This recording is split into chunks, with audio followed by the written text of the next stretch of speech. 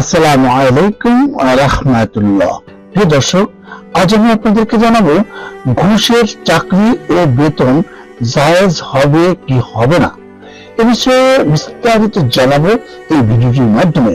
বিষয়টি জানা প্রত্যেক মুসলিমের জন্য খুবই গুরুত্বপূর্ণ, তাই সবাইকে শেষ পর্যন্ত সঙ্গে থাকার জন্য বিশেষভাবে অনুরোধ করছি।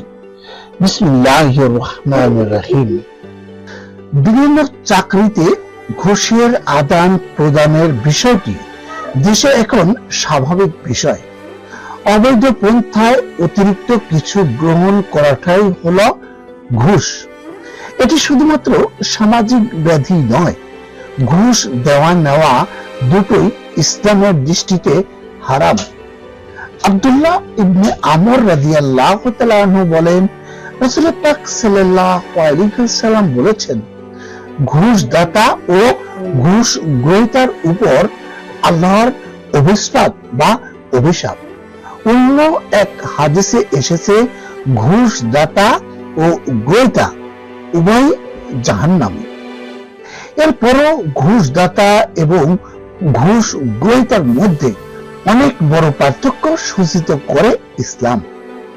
ঘুষ গ্রহীতা সবসময় জালেম ও ধোঁকাবাজ বিবেচিত হয়, ফলে তার ঘুষের উপার্জনটি সবসময় হারাম। আল্লাহ তাআলা বলেন, তোমরা অন্যায় ভাবে একে অপরের সম্পদ ভোগ করো না এবং জনগণের সম্পদের কিয়দাংশ জেনে শুনে পাপ পন্থায় আত্মসাৎ করার উদ্দেশ্যে শাসন কর্তৃপক্ষের হাতেও তুলে দিও না।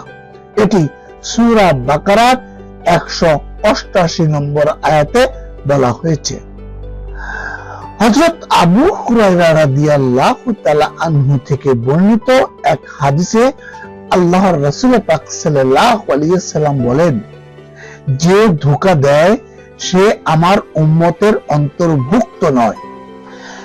কিন্তু ঘুষ দাতা অনেক সময় বাধ্য হয়ে ঘুষ দেন, তাই অন্যায় পায় হলে ঘুষ দিয়ে চাকরি করা তার জন্য বৈধ।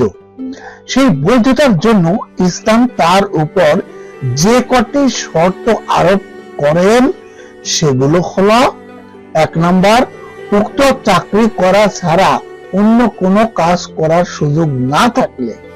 আর 2 নাম্বার হলো যথার্থ ও সঠিকভাবে উক্ত চাকরি করার যোগ্যতা ও মানসিকতা থাকলে।